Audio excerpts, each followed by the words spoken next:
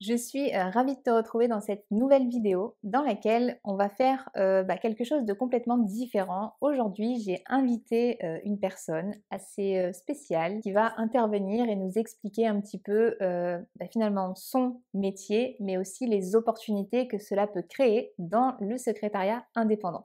J'ai ton ressenti, tes impressions suite à ce premier interview sur ma chaîne. On commence tout de suite l'interview avec Charlotte. Avant toute chose, je t'invite à t'abonner si ce n'est pas encore fait pour voir les prochaines vidéos et à t'inscrire à mes emails privés pour recevoir tous mes conseils dans ta boîte mail. Donc la première chose qu'on va te demander, c'est de te présenter.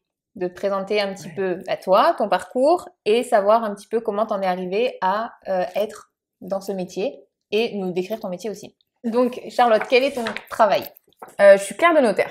Clerc de notaire depuis combien de temps? Maintenant, je suis diplômée depuis 10 ans. 10 ans. 10 ans. Ça passe vite. Ça passe vite. Ok, donc comment t'en es arrivé à obtenir ce diplôme? Donc quel parcours t'as dû faire pour obtenir le diplôme? Et les étapes un petit peu pour arriver jusqu'au statut de clerc de notaire. C'est ça. J'ai passé le diplôme de BTS notariat. Okay, donc t'avais eu ton bac? Alors, ouais, j'ai eu mon bac ES. Donc pas forcément en rapport avec le droit. Okay. Et ensuite, je me suis dirigée vers un BTS. Je voulais une formation courte pour arriver vite dans le monde du travail. Donc du coup, j'ai focalisé sur ça et je suis partie sur le BTS notariat que j'ai fait à Nice. C'était la deuxième année du BTS notariat à Nice. Ah, ça n'existait pas avant? Ça n'existait pas avant. On était la deuxième session. Okay. Deuxième année à avoir passé le diplôme. Ils ont créé ça en faisant uniquement des stages, avec 12 semaines de stage en 2 ans. Ou alors, tu as le BTS notariat, mais en alternance, où tu as 3 jours au travail et 2 jours à l'école, sur 2 ans aussi. D'accord. Voilà, donc, tu as 2 manières de faire. Et moi, j'ai choisi plutôt ça parce que je voulais en fait apprendre le plus possible, faire mes stages et ensuite être embauchée derrière directement. Donc, 2 ans de BTS avec 12 semaines de stage. Que j'ai fait dans la même étude. Voilà. D'accord, ok. Voilà, au bout des 2 ans, j'ai obtenu mon diplôme et j'ai été embauchée direct dans l'étude où j'ai fait tous mes stages. D'accord, parce que tu as fait tes preuves. Voilà, finalement. Parce que j'ai fait mes preuves. Ok. Bon, bien sûr, au début, c'est pas forcément facile, hein, mais après, t'apprends vite en étant sur site, t'apprends vite et ça te permet d'avoir beaucoup d'expérience derrière. Ok, voilà. Donc là, on en revient encore une fois au fait que quand on est vraiment dans l'environnement, on acquiert beaucoup plus facilement aussi les choses. C'est plus évident, surtout au début de la formation, d'apprendre en fait quand tu es sur site, quand tu es avec les patrons, avec les collaborateurs, tu apprends beaucoup plus facilement parce qu'en fait tu communiques avec les gens, dès que tu as un problème, dès que tu as une question, tu as la réponse, tu peux chercher sur plein de choses, t'as beaucoup de livres de jurisclasseurs, on appelle ça, où tu peux chercher dedans et c'est vrai que ça chez toi, tu peux pas les avoir. Donc alors maintenant, il y a des manières de dématérialiser tout ça, c'est sûr, mais moi, il y a 10 ans, il n'y avait pas forcément. Donc, voilà. Comment ça a été? Ouais, 10 ans, quoi. Ok, donc ça a bien évolué aussi ça a bien depuis que tu as évolué. commencé. Ouais. Donc, après avoir eu le BTS, donc j'étais embauchée là-bas en CDI et j'ai bossé dans la même étude pendant 5 ans. Ok, alors quand tu as commencé, après avoir eu ton diplôme, tu as commencé dans cette étude. Donc, tu avais déjà ton expérience dans l'étude, mais à quel poste tu as été embauchée? J'ai été embauchée en tant que secrétaire collaboratrice, parce que c'est pareil pour nous, ça veut dire la même chose. Alors, on va juste essayer de faire une petite aparté là-dessus.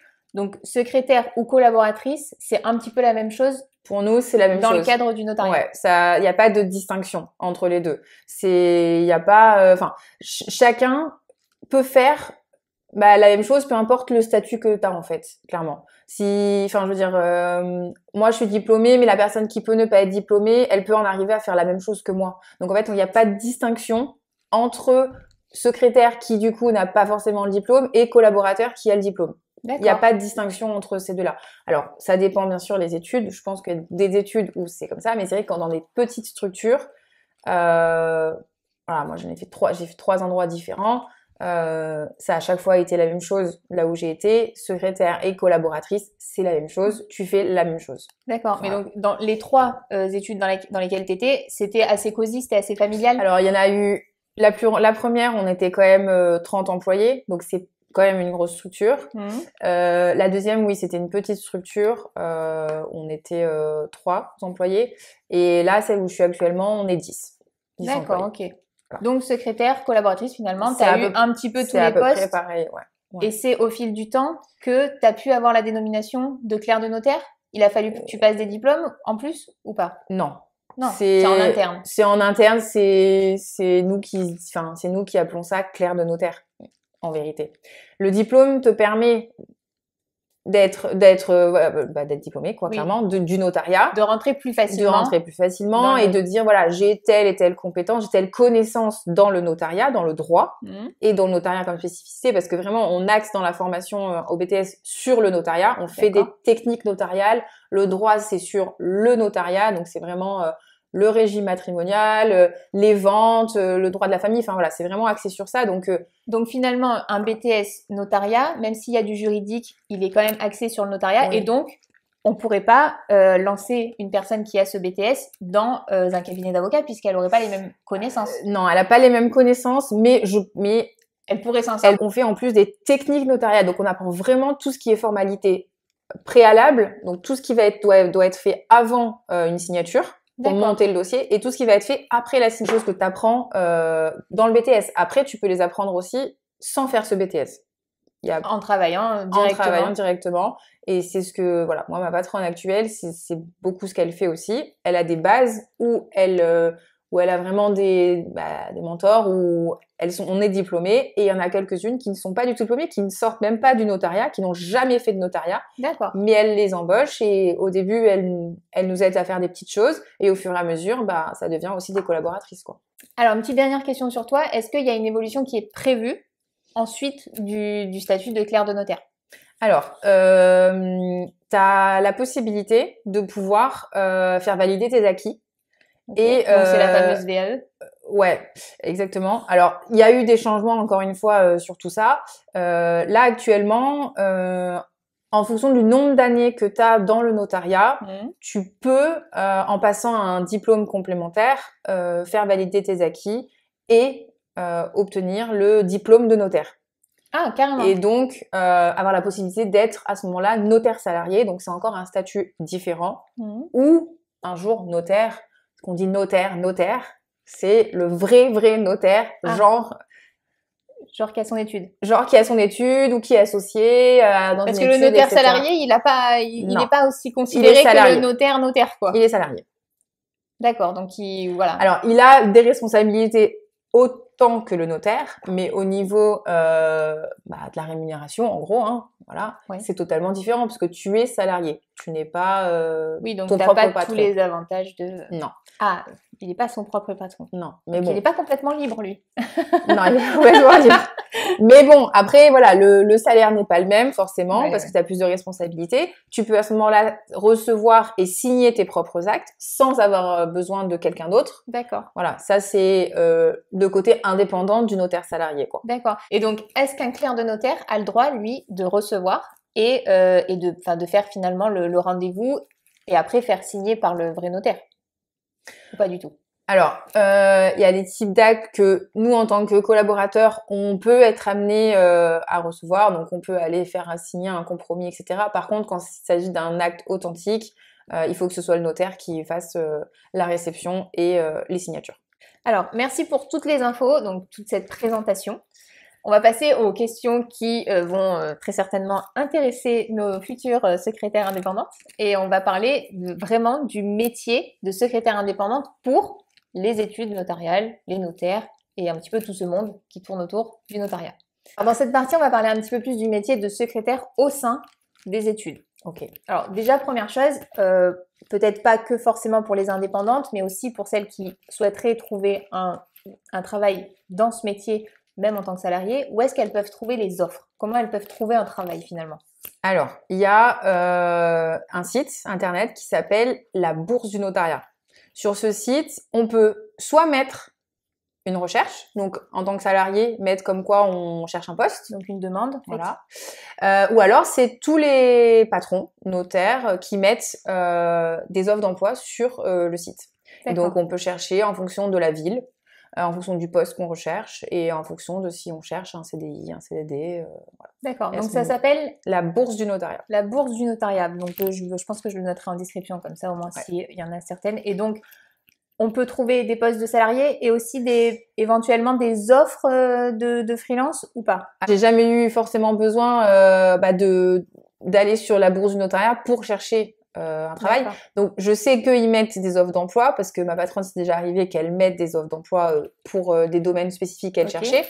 Après, ils proposent sur ce site aussi du 100% télétravail ou certains jours en télétravail, etc. Donc après, est-ce que il spécifie tout de suite dans l'annonce que le freelance c'est possible? Je sais pas. Donc il faudrait aller voir pour consulter ça. Il faut éventuellement aller voir et pourquoi pas profiter aussi comme je l'ai souvent dit, profiter d'offres d'emploi, peut-être pour des postes qui seraient salariés, mais de se proposer peut-être le temps qu'ils trouvent en tant qu'indépendante pour les dépanner en attendant et pourquoi pas faire ses preuves à la place d'un salarié. Donc, à tenter. Oui, parce que dans le notariat, on n'est pas obligé d'avoir le diplôme pour faire certaines choses. Voilà. D'accord. C'est sûr qu'après, on peut pas arriver et se dire sans connaissance, je vais rédiger des actes. C'est pas possible, évidemment. Mais après, il y a des formalités préalables qui sont de l'administratif que peu importe ce que tu as fait avant, tu peux totalement faire. D'accord, donc on va parler après des tâches c'est pas du tout un problème. Donc il y avait donc la bourse du notariat et ensuite on a un deuxième site que moi je connais, après peut-être qu'il y en a d'autres mais c'est ceux qui sont les plus utilisés, c'est sur Facebook, clairement. C'est une page qui s'appelle Si tu es notaire et clerc de notaire. C'est les petites nouvelles pages sur lesquelles il y a beaucoup de patrons aussi qui mettent des offres d'emploi. En fait, on en voit vraiment passer tout le temps. Là, c'est plus difficile d'avoir la ville qu'on recherche parce qu'il y a vraiment il y a pas moyen de recherche et de spécificité. Enfin, on peut pas mettre un onglet genre je cherche dans le sud ou je cherche dans le nord. C'est pas possible. Mais en tout cas, il y a beaucoup de D'accord, mais donc on a encore d'offres sur ça. Ah oui, les réseaux. Quoi. Énormément. Oui, c'est surtout les réseaux sociaux. Après, voilà, c'est ce qui marche aujourd'hui. Donc peut-être qu'il y a aussi effectivement dans les journaux également, mais je pense que les notaires actuellement, voilà, ils prennent plus ce qui marche le mieux en ce moment, c'est les réseaux sociaux, quoi. Oui, finalement. Voilà. Et donc, il me semble que tu m'as parlé aussi d'un groupe privé qui pourrait éventuellement permettre. Ouais, alors sur le groupe Facebook Si tu es notaire ou clerc de notaire, il y a eu une petite quelqu'un qui a mis donc un post en indiquant qu'il y avait un groupe privé sur les auto-entrepreneurs du notariat. D'accord. Donc ça existe. Ça existe. Déjà, il existe des auto-entrepreneurs, des indépendants qui sont spécialisés dans le notariat. Dans le notariat. Voilà. Après, il faut approfondir la chose parce que vraiment, en fonction des tâches qui peuvent être demandées, il y a certaines choses qui peuvent pas forcément être faites de la maison. Donc peut-être auto-entrepreneur, mais sur site. En allant sur site. Voilà. D'accord, ok. Donc, autre question. Une fois qu'on trouve une offre qui nous intéresse, comment on postule en général? À quoi il faut s'attendre lorsqu'on fait finalement une proposition pour éventuellement avoir un poste? Alors déjà, quand on fait, par exemple, la bourse du notariat, c'est vrai que c'est ce qui est le plus courant. On a l'adresse mail de l'étude normalement, généralement. Ça passe pas forcément par le site. Voilà, on a l'adresse mail de l'étude et à ce moment-là, on envoie le CV, l'aide de motivation, comme un petit peu dans tous les métiers. Basique. Ensuite, le notaire recontacte en fonction de ce qui est indiqué, etc. et du poste qui est recherché. Donc après, voilà, il faut l'ouverture d'esprit aussi du notaire. C'est sûr que ils l'ont peut-être pas tous, je sais pas. Moi, je parle de mon cas actuel avec ma patronne.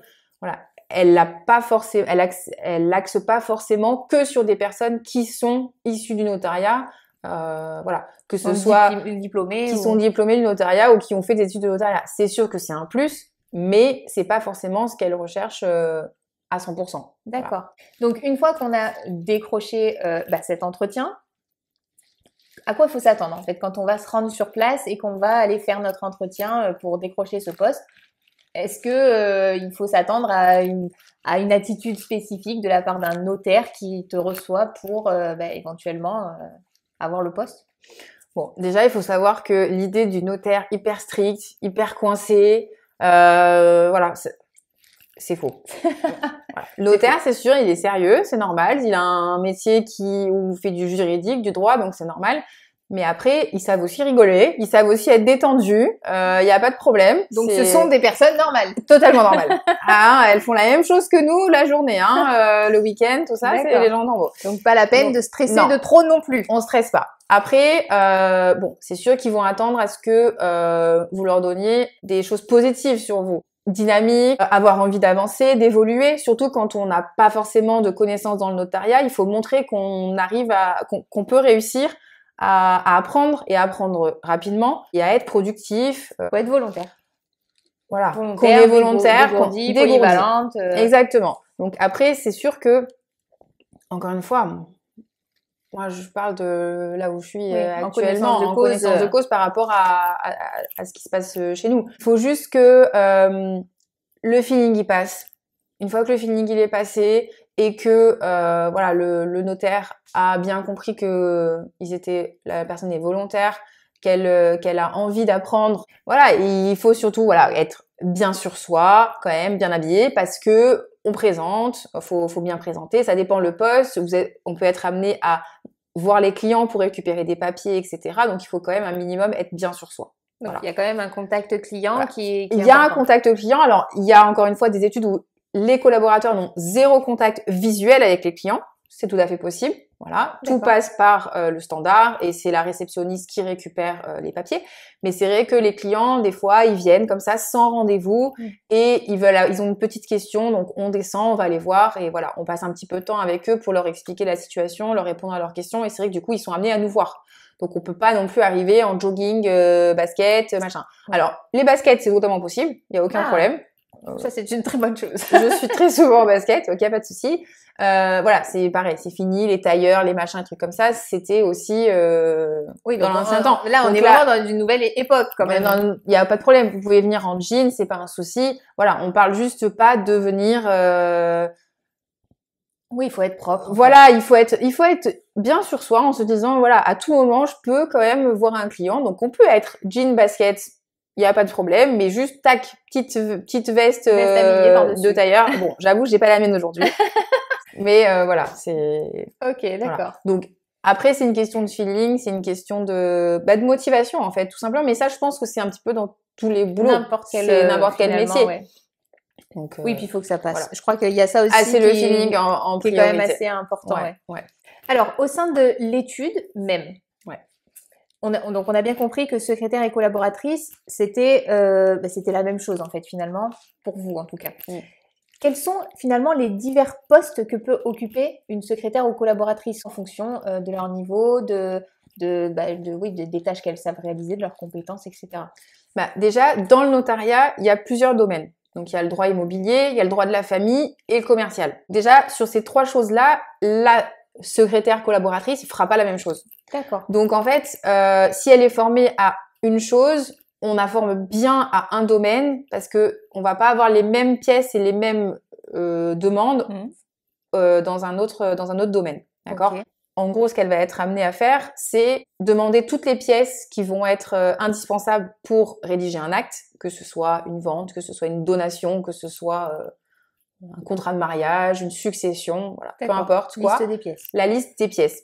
Ensuite, il y a des bases où c'est les mêmes dans chaque domaine, mais voilà, les listes des pièces. Ensuite, il va y avoir tout le côté administratif où il va falloir écrire, surtout dans, par exemple, moi, le domaine dans lequel je suis dans le droit de la famille. Donc, dans les successions, par exemple, on a beaucoup accès aux administratifs. Donc, c'est-à-dire qu'on doit beaucoup communiquer avec toutes les banques, avec les maisons de retraite, avec les caisses de sécurité sociale, toutes ces choses-là. Et c'est vrai que tout ça, c'est des courriers qui doivent être faits. D'accord. Et tout ça, c'est vrai que c'est la secrétaire collaboratrice qui le fait. Donc c'est beaucoup de rédaction. Ouais, c'est beaucoup de rédaction, de courrier surtout. Et de communication écrite. Voilà. Après, elle va être aussi amenée à avoir les clients au téléphone.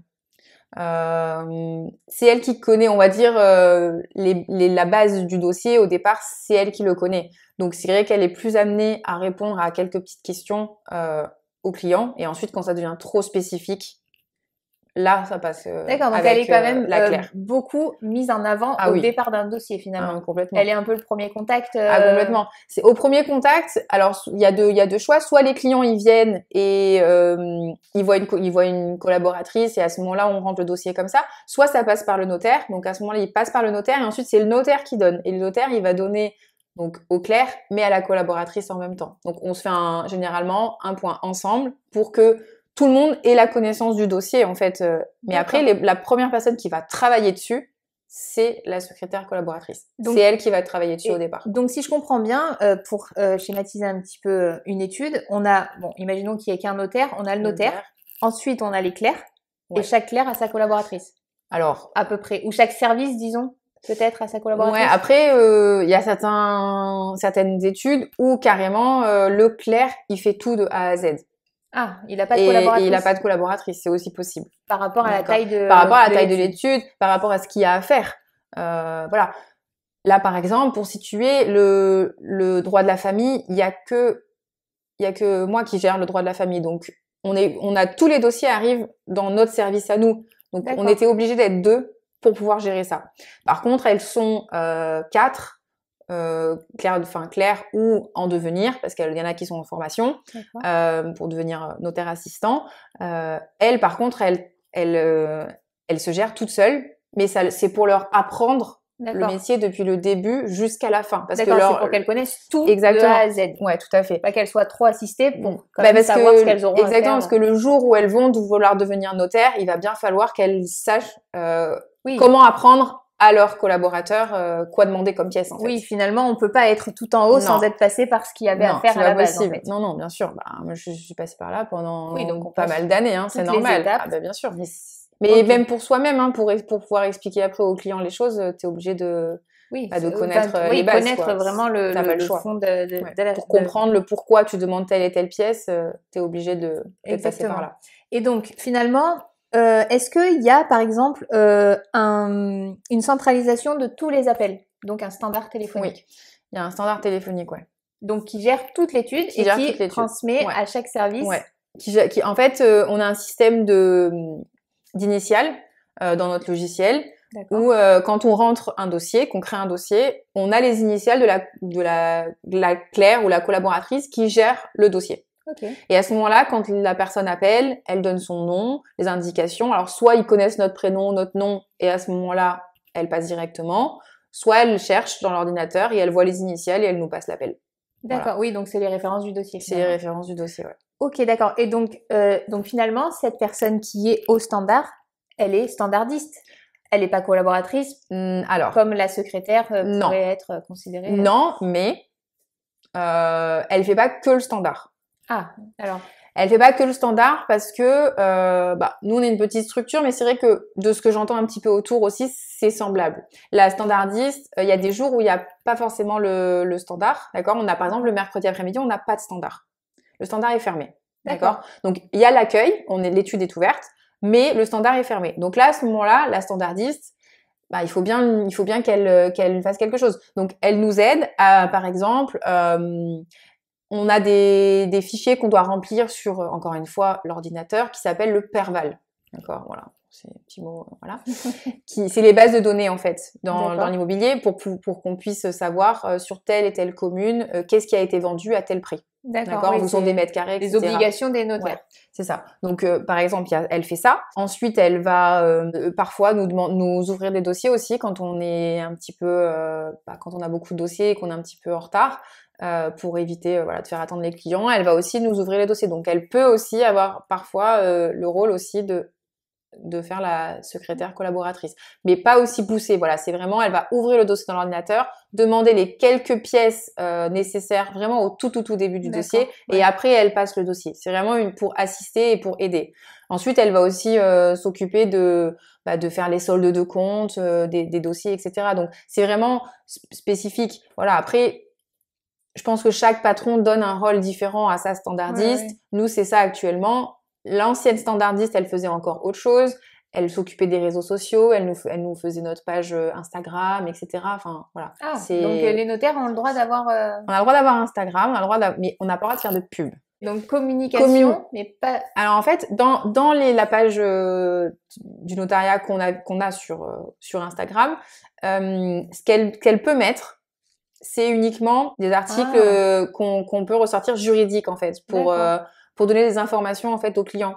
Par exemple, abattement, donation, voilà, pour expliquer en fait qu'est-ce qui peut être fait et pourquoi on prendrait un notaire ou pas. Voilà. Donc finalement, ça peut être aussi, par exemple, quelque chose qui pourrait être délégué complètement. à un indépendant qui ne serait pas dans les locaux. Ah oui, complètement. Sans faire forcément de la pub, mais en tout cas, faire une gestion des réseaux sociaux en fonction de l'actualité juridique du notariat. Ça peut être une première chose qui pourrait être déléguée. Ça, je pense que ça peut l'être, surtout que voilà, c'est pas vous êtes livré à vous-même, c'est ma patronne qui elle lit toutes les semaines, elle lit la semaine juridique, ça s'appelle comme ça, et en fait elle prend pour être à la page tout le temps de ce qui est sorti, ce qui a changé, ce qui a pas changé, ce qui va changer, pour conseiller au mieux les clients. Et c'est vrai que de ce qu'elle trouve le plus intéressant, elle l'indique à la personne qui fait les réseaux sociaux. Et effectivement, cette personne met juste en page en fait et refait quelque chose de une présentation, une jolie présentation sur Instagram. Donc ça peut très bien être fait. Elle raccourcit exactement. Aussi pour que ce soit plus, parce que c'est vrai qu'un article juridique, quand on le lit, il est imbuvable, on le comprend pas forcément. Donc, ils vont ressortir l'essentiel pour qu'il soit compris. Pour que quelqu'un qui n'est pas du notariat le comprenne très facilement. Ce soit simplifié. Donc, ça, c'est une première, finalement, une première prestation qui peut être proposée aux offices. Complètement. Sans difficulté par une secrétaire indépendante, finalement. Oui. Qu'est-ce qu'on peut avoir d'autre comme tâche qui pourrait être réalisée par une indépendante sur site ou à distance, éventuellement? Alors, déjà à distance, la chose qui me vient le plus vite, là, c'est ce qu'on appelle les formalités au greffe. D'accord. Donc ça, c'est tout ce qui concerne les sociétés, en fait, tout ce qui est commercial. Donc ça, il y a des choses qui peuvent être faites, mais c'est vrai que d'avoir quelqu'un qui le fait dans l'étude, que ce soit en tant que salarié ou indépendant, c'est totalement possible. Mais d'ailleurs, c'est pas ça que tu m'avais demandé Totalement. J'ai eu une demande, mais je l'ai refusée. Mais comme quoi, les opportunités ne sont jamais trop loin, donc il faut être à l'affût. Non, c'est quelque chose c'est quelque chose que nous, par exemple, on a cherché pendant un moment. Là, maintenant que on a eu une nouvelle personne qui est arrivée dans l'étude, donc on l'a formée pour ça, pour qu'elle le fasse. Mais c'est vrai que c'est quelque chose qui peut être, je pense, beaucoup demandé. Donc, se spécialiser sur les formalités liées aux sociétés. Donc, tous les éléments qu'il faut rassembler pour faire un bon dossier au greffe. Tout à fait, parce que voilà, le greffe, il y a beaucoup de choses qui changent souvent. Donc, c'est vrai que voilà, il faut suivre ce qu'ils veulent pas. Il y a beaucoup de papiers à fournir, mais bon, après, une fois qu'on a compris ce qu'ils ont besoin, etc. Voilà, je pense que c'est à la portée de quelqu'un qui n'a jamais fait de notariat, clairement, quoi. Donc, la dénomination de cette personne, ce serait plus une formaliste. Une formaliste, si j'ai bien compris. Ouais, une formaliste, mais vraiment, concernant vraiment les formalités, mais liées aux sociétés. Parce que là, on n'a pas besoin du logiciel dans le notariat. D'accord. Parce que après, la formaliste, donc effectivement, c'est quelqu'un qui peut aussi être totalement indépendante, il n'y a pas de problème. Sauf qu'on a besoin du logiciel des notaires. Donc, il existe plusieurs logiciels différents. Chaque notaire a le sien. Il en existe 3, je crois. Moi, j'ai toujours travaillé sur le même depuis toutes ces années. Ouais. Donc, voilà. Mais c'est vrai que si t'as pas ce logiciel, tu peux pas faire les formalités qui sont après les signatures. Parce que tout se fait maintenant par ce qu'on appelle le téléacte. Donc, tout est dématérialisé. D'accord. Donc, il reste quelques petits actes où on peut les envoyer en format papier, ce qu'on appelle papier. Ouais. Mais tout le reste, et c'est 90% des actes, c'est en téléacte et du coup, c'est dématérialisé. Donc, il faut vraiment avoir accès à ce logiciel. Alors après, avoir accès à ce logiciel, qu'on soit indépendant ou pas, on peut l'avoir sur site, le logiciel. Mais après, par la suite, je pense que c'est possible de le faire de chez soi. En télétravail, on peut avoir accès à ce réseau. J'ai moi-même fait du télétravail. Donc, effectivement. Voilà. Donc, c'est quelque chose qu'on peut avoir. Mais pour pouvoir l'obtenir, faut-il encore que le notaire nous fasse assez confiance pour nous donner accès à ce réseau à distance. Donc, finalement, on en vient à peut-être faire ses preuves sur site, intervenir dans les locaux du notaire, donc dans l'office, pour éventuellement, après, par la suite, peut-être proposer de réaliser les mêmes prestations, mais à distance, en fonction de ce qui est possible d'être fait et ce qui peut être fait en toute autonomie, finalement, sans le notaire. Exactement, parce que, en fait, ce logiciel, on a accès à toutes les données de l'étude. Toutes les données, et on sait, le secret professionnel, c'est ce qui prime. Donc, c'est vrai qu'on peut pas faire tout et n'importe quoi. Donc, et je pense que c'est normal, tout le monde peut le comprendre, que, voilà, on peut pas non plus laisser ouvert notre logiciel à tout le monde. Et alors, est-ce qu'il y aurait d'autres prestations qui pourraient être réalisées par une personne indépendante qui n'a aucune connaissance dans le notariat? Peut-être de la réception d'appels à distance, peut-être faire un standard téléphonique externe. Est-ce que ce serait quelque chose qui serait intéressant pour les études ou peut-être les petites études? Alors peut-être pour les nouveaux notaires, ce qu'on appelle le notaire Macron. Oui, les nouveaux notaires Macron, voilà, c'est les notaires qui ont été tirés au sort par rapport aux réformes qu'a mis en place Macron. Voilà. Donc c'est les notaires qui ont pu avoir leur étude sans forcément passer un concours. D'accord, parce que alors il faut quand même être diplômé du notariat, toujours, faut avoir le diplôme de notaire. Mais avant, ça c'est juste pour expliquer, avant il fallait passer un concours et finir tout en haut pour pouvoir s'installer quelque part. Être autorisé à s'installer. On ne peut pas s'installer comme on a décidé. On peut pas demain, je dis tiens, je suis diplômée, je m'installe à tel endroit. C'est pas possible. D'accord. On ne choisit pas l'endroit où on s'implante. C'est pas possible et on peut pas non plus s'implanter si on n'a pas l'autorisation. Donc là, c'était le concours.